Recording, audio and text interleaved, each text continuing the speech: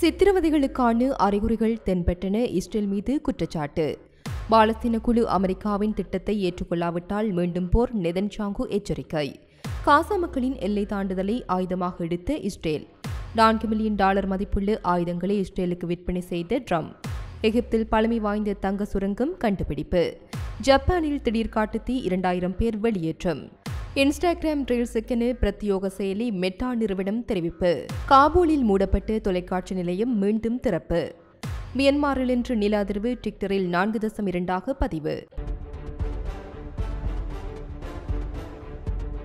கடந்த வாரம் இஸ்ரேல் பல நாட்கள் பாலஸ்தீனியர்களின் விடுதலை நிறுத்தி வைத்து ஆரம்பத்தில் விடுவிக்கப்படவிருந்த பிப்ரவரி 22ஆம் தேதிக்கும் உண்மையில் விடுவிக்கப்படவிருந்த பிப்ரவரி 26ஆம் தேதிக்கும் இடையில் கடுமையான உடல் மற்றும் மன சித்திரவதைகளை அனுபவித்ததாக தெரிவித்ததாக உரிமைகள் குழுவான அடமீர் குறிப்பிட்டுள்ளது. பல சந்தர்ப்பங்களில் அவர்கள் விடுதலைகளுக்காக பேருந்துகளில் அழைத்து செல்லப்பட்டனர். ஆனால் அவர்களின் அறைகளுக்கு திருப்பி அனுப்பப்பட்டனர். இது குறிப்பிடத்தக்க மன உளைச்சலை ஏற்படுத்தியதென்று ஜெருசலேமை தளமாக கொண்டு கைதிகள் உரிமைகள் குழு ஒரு அறிக்கையில் தெரிவித்துள்ளது. விடுவிக்கப்பட்ட கைதிகளில் பலர் உடல்நிலை சரியில்லாமல் இருந்தனர். கணிசமான எடையை குறைத்துள்ளனர். அதே நேரத்தில் மற்றவர்களிடம் சித்திரவதைக்கான அறிகுறிகள் தென்பட்டன என அடமீர் கூறியுள்ளார். காசாவை சேர்ந்த 2 பெண் கைதிகள் வெளி உலகத்திலிருந்து முற்றிலும் தனிமைப்படுத்தப்பட்ட நிலையில் வைக்கப்பட்டனர். வழக்கறிஞர்களின் வருகைகள் மறுக்கப்பட்டன. மேலும் இனப்படுகொலை நடந்து கொண்டிருந்த காலத்தில் அவர்களின் தடுப்பு காவல் முழுவதும் அவர்களது குடும்பங்களை பற்றிய எந்த தகவலும் அவர்களிடம் இல்லை என அதில் குறிப்பிடப்பட்டுள்ளது.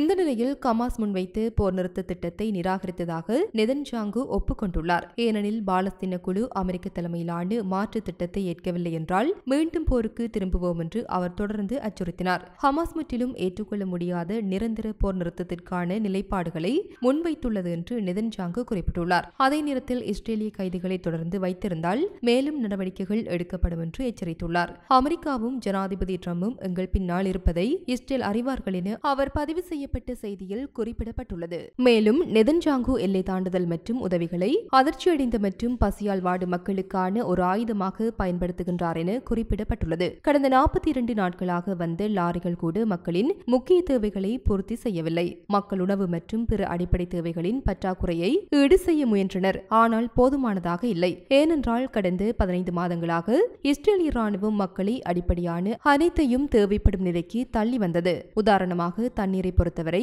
காசாவின் 80% நீர்த்தேக்கங்கள் உப்பு நீக்கும் உள்கட்டமைப்போடு முற்றிலுமாக அளிக்கப்பட்டுள்ளன. எனவே நீர் விநியோகங்களை எடுத்து செல்லும் லாரிகளை முழுமையாக நம்பியிருக்க வேண்டியுள்ளது. இதற்கிடையில் மருத்துவமனைகள் இன்னும் சிரமப்பட்டு வருகின்றன.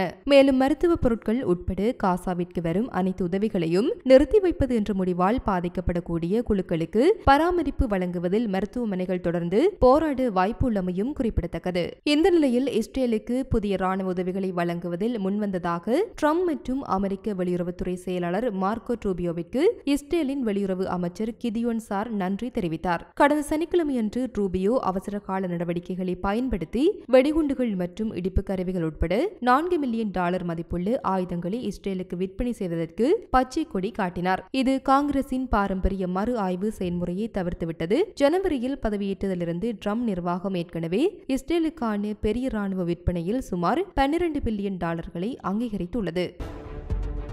எகிப்தின் மார்சா ஆலாமின் பகுதிக்கு தென்மேற்கே உள்ள ஜபல் சுகாரியில் கடந்த 4 ஆண்டுகளாக நடத்தப்பட்ட அகழ்வாராய்ச்சியின் போது கிறிஸ்துவுக்கு முன் 1000 ஆண்டுகள் முந்தைய தங்கச் சுரங்கத்துடன் தொடர்புடைய தொழிற்சாலை கூடம் கண்டுபிடிக்கப்பட்டுள்ளது. மேலும் தெரிய வருகையில் எகிப்து பிரமிடுகள் போன்று இது வருங்காலத்தில் முக்கிய சுற்றுலா தலமாக உருவாக்கும் வாய்ப்பு உள்ளதாகவும் அந்த நாட்டு அதிகாரிகள் குறிப்பிட்டுள்ளனர். இந்த நிலையில் லாஸ்ட் சிட்டி ஆப் கோல்ட் என்று பெயரிடப்பட்டுள்ள இந்த நகரத்தில் டொலமிக் காலத்திற்கு சேர்ந்து பழங்கால நாணயங்கள், அரிய கலாச்சார சின்னங்கள் மற்றும் பல்வேறு பழமையான பொருட்கள் கண்டுபிடிக்கப்பட்டுள்ளன. மேலும் தங்கத்தை அரைக்கும், நொறுக்கும் மற்றும் வடிகட்டும் பணிகளுக்கான படுகைகள், உருக்குமுலைகள் மற்றும் பிற தொழில் சார்ந்த அமைப்புகளும் கண்டறியப்பட்டுள்ளன. இதன் அடிப்படையில் இது தங்க சுரங்க தொழில் மையமாக இருந்திருக்கலாம் என்பதற்கான தடயங்கள் கிடைத்துள்ளன. இங்கு கிடைக்கப்பெற்ற கல்வெட்டுகள் அக்கால மக்கள் வாழ்வியல், நிர்வாகம், தொழிலாளர் வாழ்க்கை மற்றும் அதிகாரிகள் பற்றிய முக்கியமான தகவல்களையும் வெளிக்கொண்டு வருகின்றன.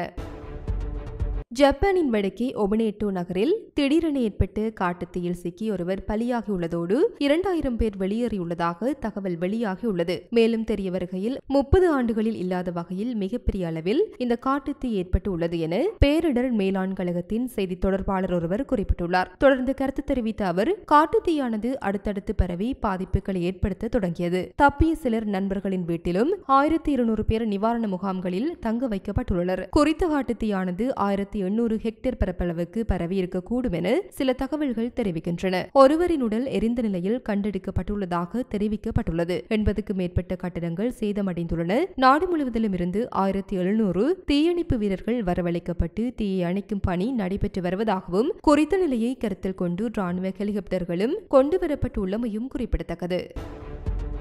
இன்ஸ்டாகிராம் ரீல்ஸுக்கென பிரத்யேக செயலியொன்றை அறிமுகம் செய்ய மெட்டா நிறுவனம் திட்டமிட்டு வருவதாக தகவல் வெளியாகியுள்ளது. இது தொடர்பில் மேலும் தெரிய வருகையில், டிக்டாக்கிற்கு போட்டியாக தனி செயலியை அறிமுகம் செய்யும் திட்டம் குறித்து மெட்டா ஆலோசித்து வருவதாக குறிப்பிடப்பட்டுள்ளது. இந்த நிலையில் கடந்த ஜனவரி மாதம் மெட்டா நிறுவனம் புதிய வீடியோ எடிட்டிங் செயலியான எடிட்ஸ் பற்றிய அறிவிப்பை வெளியிட்டது. இது கூட டிக்டாக் நிறுவனத்தின் வீடியோ எடிட்டிங் தளமான ஹெப்கட்டின் பயனாளர்களை தன் பக்கம் ஈர்க்கும் மெட்டா நிறுவனத்தின் ஒரு நடவடிக்கையாகவே பார்க்கப்படுகின்றமையும் குறிப்பிடத்தக்கது.